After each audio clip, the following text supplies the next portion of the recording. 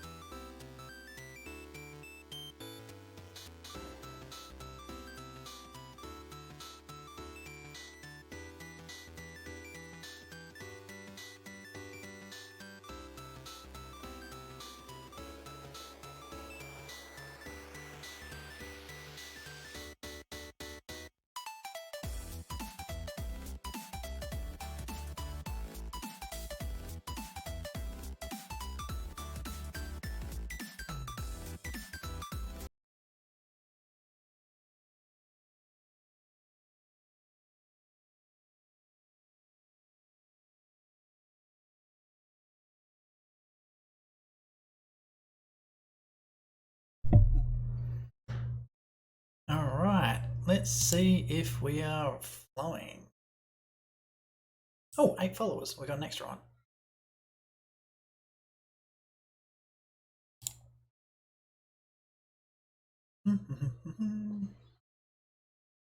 Looks like the stream is up.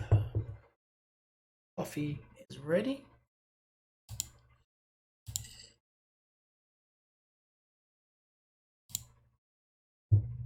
Yes, I am up. Beautiful.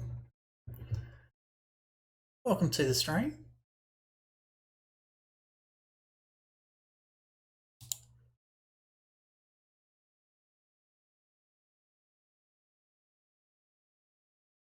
All right, let's drop that one down because we don't need it. Beautiful. First of all, ladies and gentlemen, welcome to a wet and raining and freezing cold Monday, the 24th of May.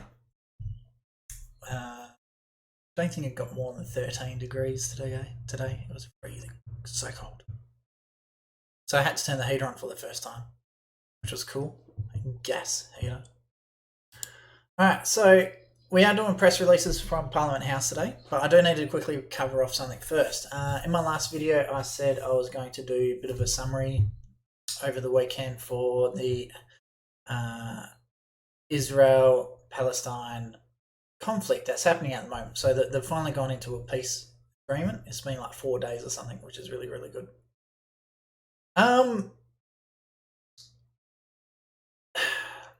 It's a tough one. God, that's a complicated situation. I've been watching all sorts of videos over the weekend, and it's really, really hard one to decide who is in the right with this most recent conflict. So I'll quickly run through the from what I know. So this most recent conflict, Ramadan was coming up, and Hamas, which is not Palestine, Hamas is a militant group within Palestine. So a lot of people think it's a fight between Palestine and Israel, and I think that's the wrong belief. I think it's actually a four-way conflict. I think you've got to look at it like you've got the IDF, Israel Defense Force, you've got Hamas, you've got the Palestine civilians, and the Israeli civilians. You can't be looking at this as a two-way fight because it's not, and that's the biggest problem. So after one of the most recent wars and conflicts, they had an agreement that no military forces would be allowed to occupy any buildings of worship. That would be solely left for the civilians to use. Anyway, so what happened is pre-Ramadan, Hamas started infiltrating one of the most holy sites in Israel. So there's the Jewish religious site and there's a mosque built on top of it. So they're both in the same building. So they're the same structure. I wouldn't call them the same building, but they're the same structure. So what was happening, the people in the mosque, when the Jewish people started coming in to do their worship, they were throwing rocks and attacking them. I don't know if there was any gunfire, but they were being a right old pain. A lot of Jewish people got hurt. So Jewish people said, you need to fix it. They didn't. They continued to go. The Jewish had enough, so they sent in the Israel Defense Force, evicted the militants out of the religious building, and it was from that point that Hamas started firing rockets into Israel. So I don't think the Palestinians have done anything wrong. I think the civilians who are Palestinians are just caught up in this. And what's happening is, you'll hear on the news, 15 children died, 13 children died, and all that sort of stuff. So what they're doing, they're setting up the places where they launch their rockets from inside of schools, hospitals, playgrounds. They're surrounding themselves with the Palestinian civilians.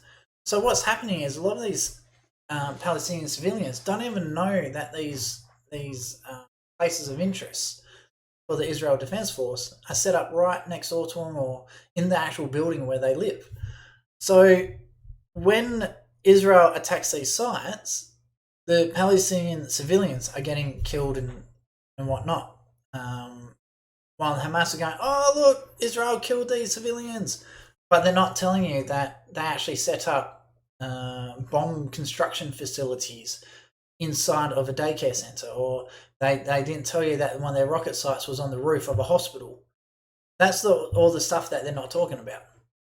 Has Israel gone too hard on this one? Oh, I think kind of. I think they have. But you can understand they're surrounded on all sides. No one in that area is really loyal or peaceful towards Israel. The other thing is Palestine has been claiming the land that they're on as their own. The thing is, Palestine has never been recognised as a country. At no point was there the country of Palestine. Israel's had that land for centuries. So they got kicked out. Ottoman Empire came in, and then they came back again later after the Ottoman Empire left. So at no point was there a city of Palestine or anything like that. So it's a tough one because no other country has ever recognised Palestine as a country. They recognise Israel as a country, but they don't recognise Palestine. So for Palestine to say that it's their land is just, it's not true. So that probably also doesn't help either. So yeah, it's a bad situation all around. I think both sides have questions that they need to answer for, but I don't blame Israel for defending themselves, and all the other countries really, really, really need to get into Palestine, really need to get up their nose and say, you guys need to stop supporting Hamas, and they need to start actively governing their own land to reduce the terrorist threat to countries in the region. Now, another statement, because our own government gave $44.1 million to Palestine. So how much of that money is now being funneled through to Hamas to buy rockets and weapons and things like that? So even our own government needs to pull their thumbs out their backside and stop supporting terrorism when they claim, we're anti-terrorists, but yet they're giving Palestine money which is going to Hamas. So I think our Prime Minister has a lot to answer for. So anyway, that's just my take. I'm going to keep looking into it, researching it. But everything I'm seeing, I don't think there's going to be much change in this one. But we'll see. I'll keep an open eye out for it. So anyway, that one out of the way. Let's get into these press releases. So the first one that actually came in over the weekend, so we're going back a little bit, is from the Defence Minister, Paul Papalia. So a bit of an interesting one, this one. So the WA Indo-Pacific Defence Conference returns in 2021, bigger and better. The WA Indo-Pacific Defence Conference to be held at Optus Stadium from October 19th to 20. Prominent international defence speakers confirmed, more than 500 expected to attend. Now, I've had a quick read of this one already. Some of the speakers are really, really phenomenal, so I'll show you in a minute. Annual conference was postponed last year due to COVID-19. The Western Australian Indo-Pacific Defence Conference returns this year with 3 prominent international speakers already confirmed. So the United States Indo-Pacific Coordinator, Dr. Kurt Campbell, will deliver a keynote speech along with former US Ambassador to South Korea and Commander of the US Indo-Pacific Command, Admiral Harry Harris. BAE Systems Australia and CEO Gabby Costigan will also give a speech. The Japanese Minister for Defence, Nobuo Kishi, and President of Boeing Australia, New Zealand and South Pacific, Dr. Brendan Nelson, will also address the conference. So there's some massive people here. One thing I think is, I really hope they do cover, is the potential threat of China in the Indo-Australia region, especially in the waters there. All right, keep going. Defence West is organising the conference in partnership with Perth US Asia Centre and the UWA Defence and Security Institute. This year's conference has been expanded to run for 2 days at Optus Stadium from October 19 and 20. It will have a hybrid format with both in-person and virtual attendance options.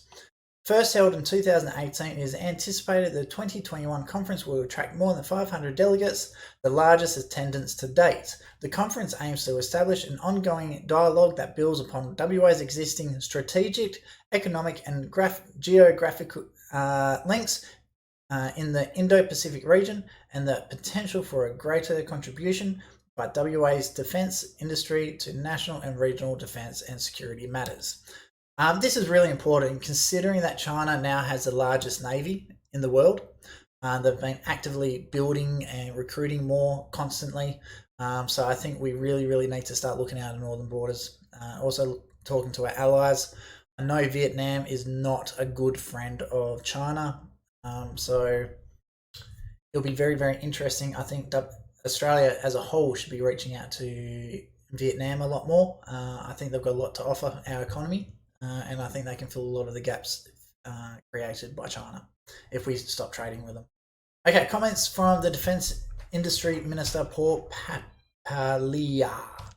As Australia's Indo-Pacific capital, Perth is the perfect place to discuss the critical defence and security issues impacting the region. This year's conference will be one of the first opportunities we have had to showcase our world-class defence industry and research capabilities to national and international stakeholders since the start of the COVID-19 pandemic. The Western Australian Government, through Defence West, is committed to growing our defence industry and ensuring the state harnesses its competitive advantage to maximise business opportunities and create more local jobs in the sector. One thing I'd love to see is, there used to be a shipbuilder called Austal Ships. I don't know if they're still around down near Kwinana. We used to build a lot of the freighters for the military. Massive source of jobs, training, production. It was worth a lot of money to the state. I'd love to see more manufacturing of major ships, whether they're cruise ships or whatever. Just build anything. We just need that production back in WA. If we don't have that production, we've got no money, we've got no jobs, we're not value adding to what we've already got. You got to remember, iron ore and all those minerals, they're finite. Once they're gone, what have we got? Tourism? we're a third world country if you just go by that. So I like to say this. One thing that does concern me, defence is meant to be a federal thing. I find it a little bit strange that we have a defence industry minister for defence industry. So I'm wondering if Mr. McGowan or Mark McGowan is looking to, what's the word, make himself more than what he actually is, aka the Republic of Western Australia. So we'll see. All right, so the next one we've got coming up here is actually from your one and only Mark McGowan and the Honourable Roger Cook, MLA, Minister of Health. There's actually been a bit of a argument about Roger Cook. There's a lot of people calling for his resignation, considering on how bad ramping is in WA at the moment and just his butchering of the hotel quarantine for COVID. So anyway, moving on. Online bookings for COVID-19 vaccinations launch this week. So I'm wondering if this is a bit of a, hey, look over here, so we don't look at Roger Cook thing to prevent people looking closer into Roger Cook and potential firing of him. I've heard he's on the chopping block, but we'll see. Online bookings for COVID-19 vaccination appointments to start from May 25th, so tomorrow. Younger adults with underlying medical conditions as part of Phase 1B will be able to get the vaccine through state-run clinics. Community clinics to roll out Pfizer COVID-19 vaccines in the coming weeks. New vaccination dashboard to track WA vaccination progress will go live today. So again, more tracking. Whatever happened to just being able to do, court freedom? I'm not a big fan of the government tracking everything you do. I guess I'm just a paranoid sort of person, but you get that. The new online COVID-19 vaccination booking system will be open for appointments on Tuesday, 25th of May. The Vaccination WA booking system, which can be accessed at RollUp for WA, there's a website there, rollup.wa.gov.au, provides an online process for booking and confirming vaccination appointments at community and hospital-based vaccination clinics around the state.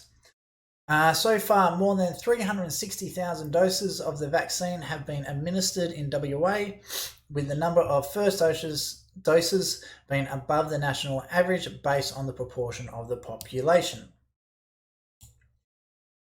Right, okay. When booking online, search results will display relevant clinics and dates based on the information entered by the user, along with a recommended vaccine and timing between dosage. Only eligible Western Australians will be able to access the system. Check your eligibility here. So that is covidvaccine.healthdirect.gov.au/eligibility. I don't know why they didn't just put the websites in. Anyway, the launch of online bookings this week coincides with a new cohort of eligible people, including younger adults with specified underlying medical conditions and people with disability as part of Phase 1B cohorts, who will now have increased opportunity to be vaccinated through WA's state-run clinics.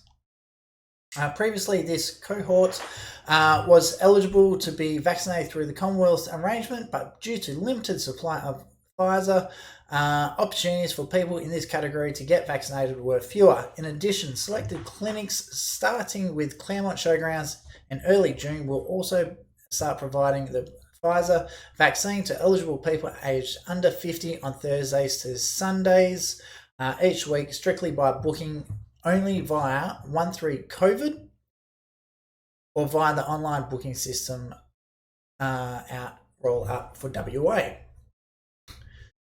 Oh God, this is having a stab at the Liberal government. So I don't know if you guys saw that. Where was it?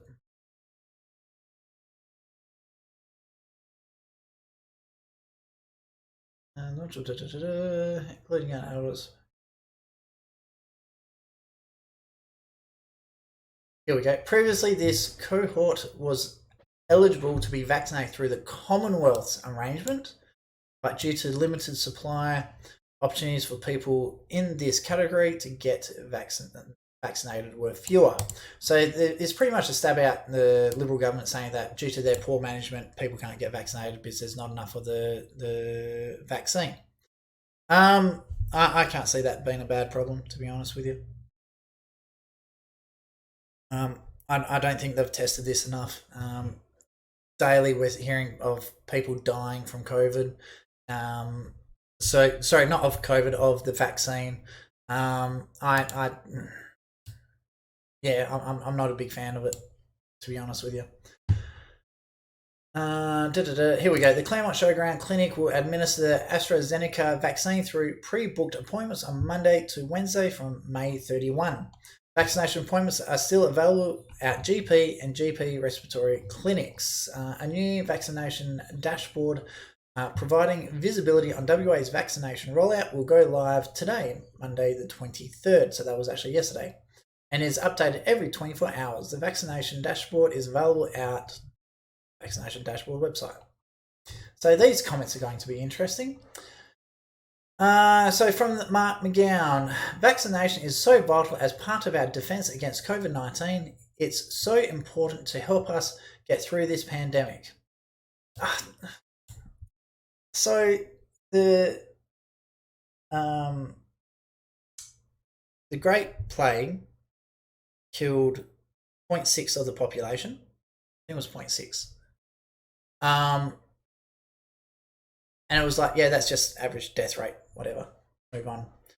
Swine flu was 0.006 of the population at the time. And they're like, yeah, it was bad, but, it's fine. It's swine flu. Just take some precautions.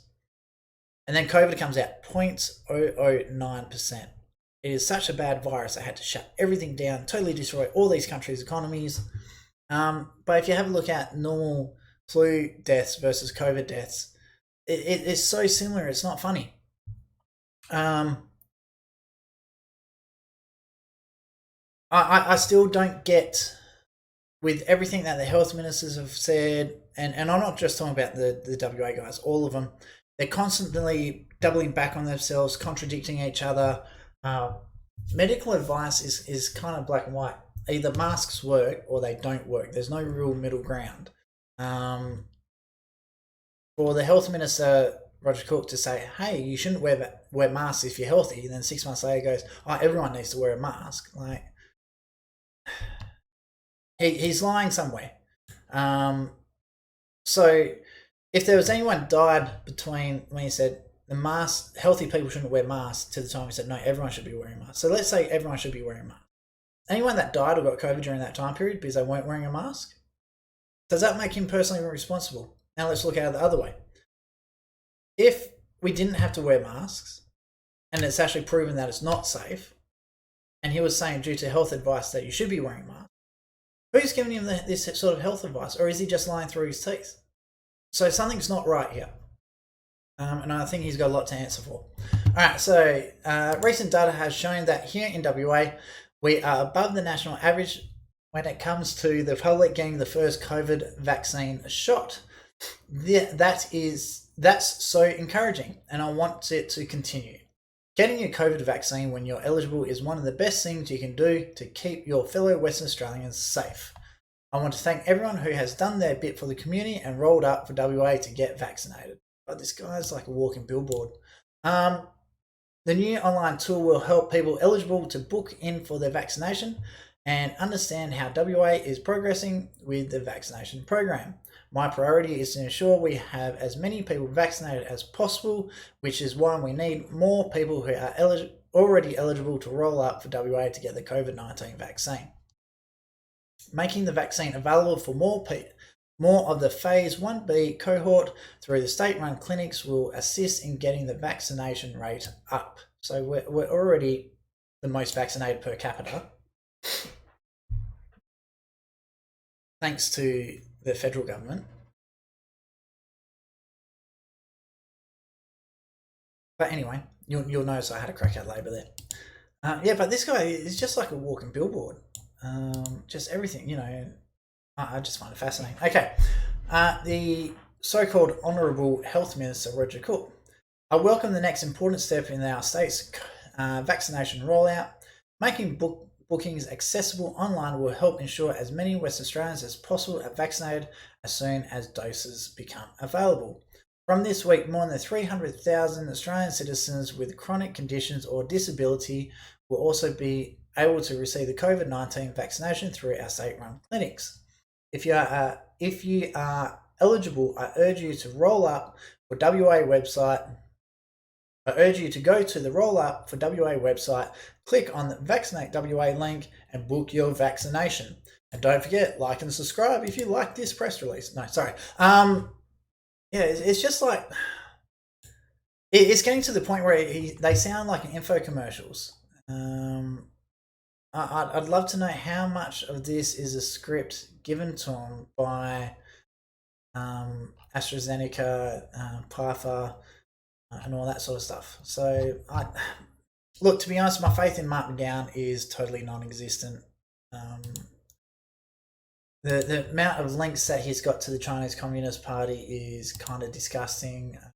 For him to sell out the West Australian people for this COVID and unsatisfactorily tested COVID-19 vaccination, I just can't trust anything he says, and I feel sorry for the people that voted for him, because if this vaccine turns to poop and a lot of people get sick, this is on you for voting for him. That's all your fault.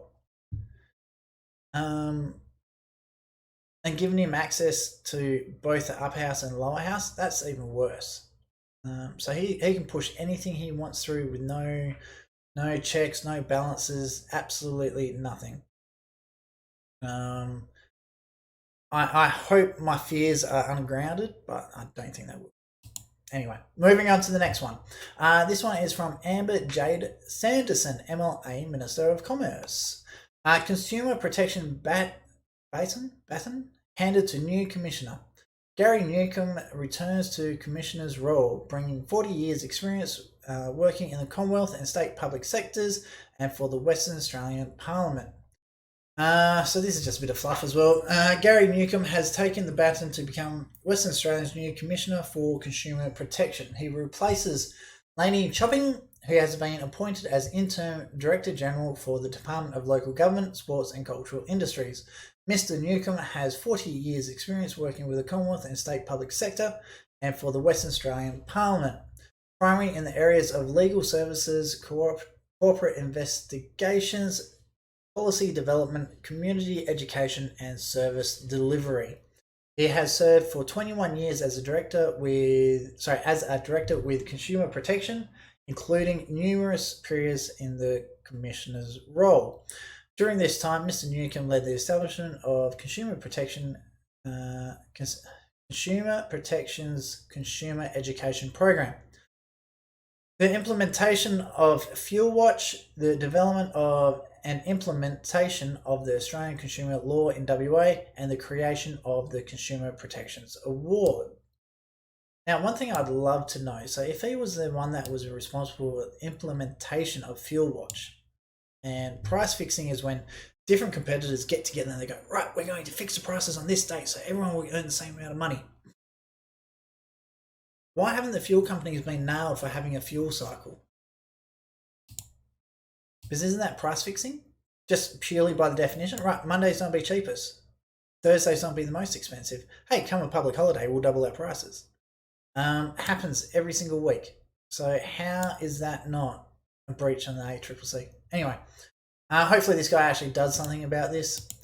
Since the creation of the Department of Mines, Industry Regulations and Safety, DMIRS, through the amalgamation of Commerce and Mines and Petroleum in 2017, Mr. Newcomb has been a member of the DMIRS Corporate Executive and Executive Director Services Delivery, with responsibility for the department's licensing, legal, and customer information services. So if he's the guy that's responsible for all this, why hasn't anyone told people about the compensation that they're entitled to claim if they're a landlord and they couldn't evict a tenant during the COVID-19?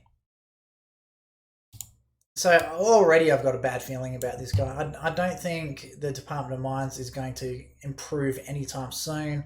I think it's going to continue to be a shithole because in WA, if you're a landlord, you've got no rights whatsoever. Everything is geared towards the tenants, and a lot of landlords are pulling out of the industry because they keep getting screwed over. It's just a losing battle. There's no point, especially if you're someone who's just finished getting your first house and you're looking to get into the industry. Unless you got like $500,000 to buy a really good house as an investment property, you don't get screwed. You will absolutely guaranteed get screwed. Anyway, so comments from Commerce Minister Amber Jade Sanderson. I thank Lainey Chopping for her many years of service with consumer protection, especially during these challenging times with COVID-19 significantly affecting consumers. Her strong leadership assisted the McGowan government to quickly enact emergency laws and COVID-19 support schemes, and I wish her well in her new role. Oh, God, that pisses me off. It really pisses me off. The emergency laws, the one that strips everyone from their of their rights. Okay, probably a good thing she did get fired. Gary Newcombe brings a wealth of experience and knowledge to the position of Commissioner of the Consumer Protection. I look forward to working with him, in particular on the development of the Consumer Justice Strategy for Western Australia that I have asked the Commissioner to lead. Consumer Justice Strategy will outline legislative reform, policy development, and strategic priorities for consumer protection and fair trading in WA for the years to come. Yeah, I don't have much faith in this one actually, due to personal experiences, especially with our properties up in Geraldton. The laws around tenancy acts is so heavily favoured to the tenant is not funny.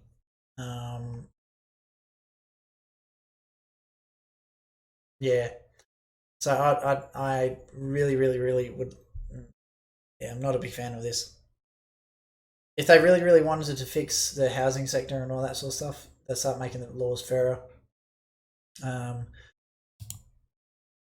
Her strong leadership assisting Mark McGowan government to quickly enact emergency laws and COVID-19 support schemes. The laws were already there, they just didn't read them properly. So I might actually pull this one up for you so you can actually have a look.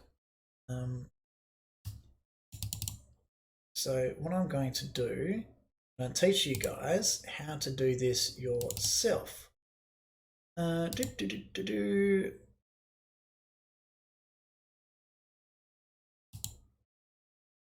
the one. Here we go. So I've just brought up a Bing website, and you just do a search, whatever. WA State Emergency Management Act. I think it's 2005 from memory. Here we go. Emergency Management Act 2005 WA. So we just open that one up.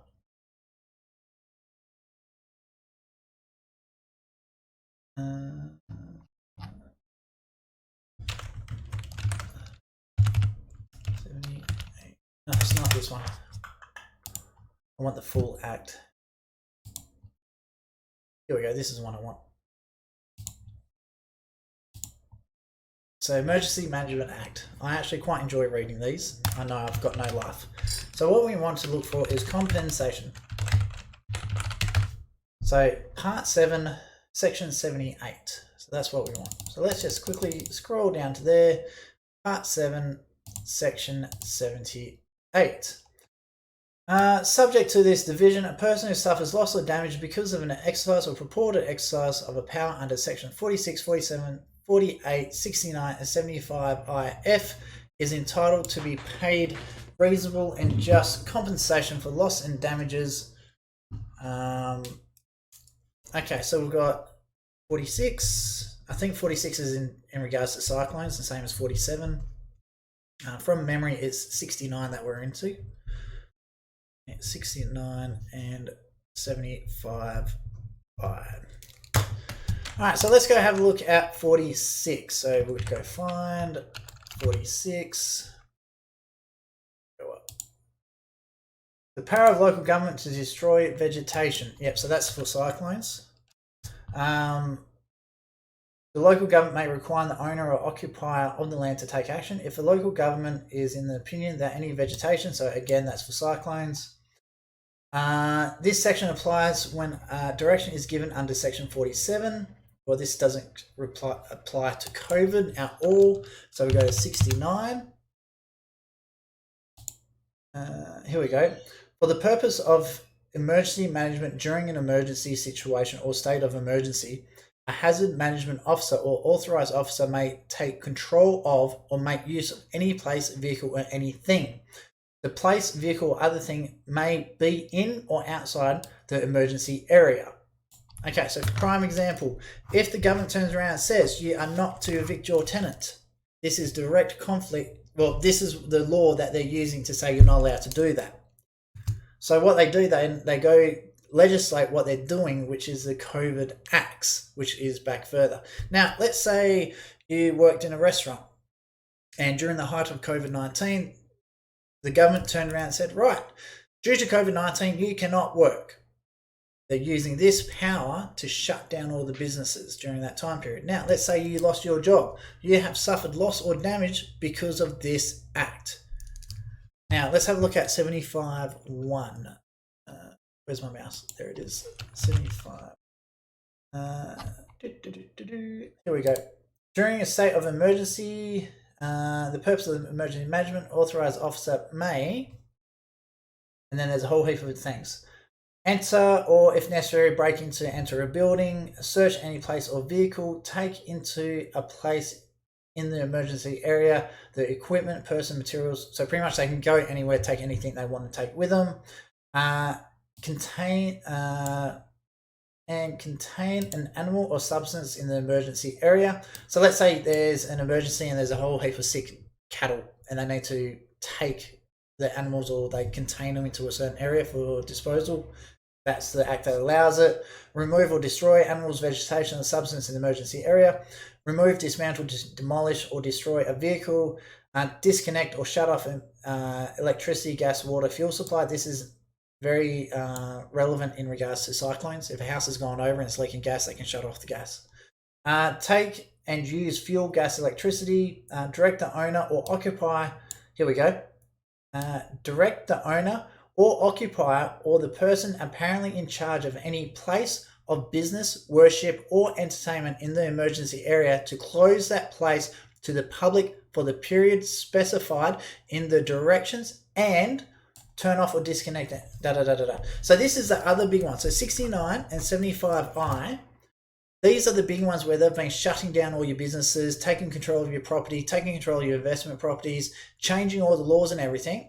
But now the bit that really, really interesting, where is it? Applying for compensation. A person who suffers loss or damage because of the exercise or purported exercise, may apply to the minister for compensation for the loss or damages. I've just noticed half my screen has been cut off. There you go. So it's all in the State Management Act, State's Emergency Management Act. So this is massive, but yet not a single person from Labor, Liberals, Greens, Nationals, One Nation, Liberal Democrats, not a single person in any of the upper house or lower house, not a single politician has brought this up. Not a single politician has told people about the compensation that they're entitled to. And I find it absolutely disgusting. Now, I did put in a claim to Fran Logan when he was the Emergency Service Minister. And one of his staffers called me up and they said they didn't even know this was in the Act. This is his own staff. These are the people that are supposed to be reading these things and make sure that they're doing the right thing. Now, a lot of people are saying, oh, but that's just a WA emergency. This is a medical emergency. So how about the WA Health Act, I think it's 2016.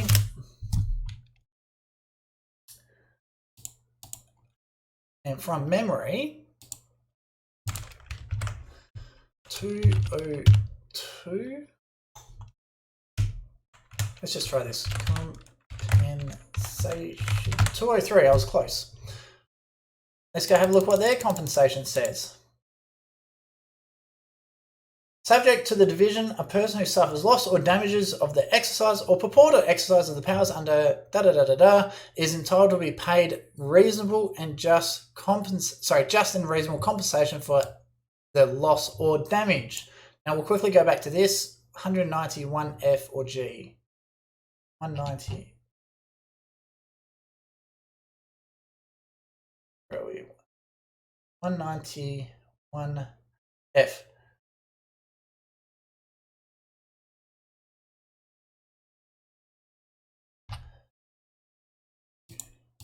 I'll write these numbers down so I don't forget them.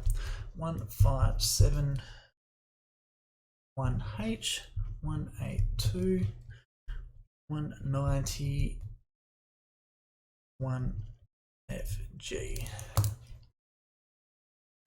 182. Let's check that one out. 182.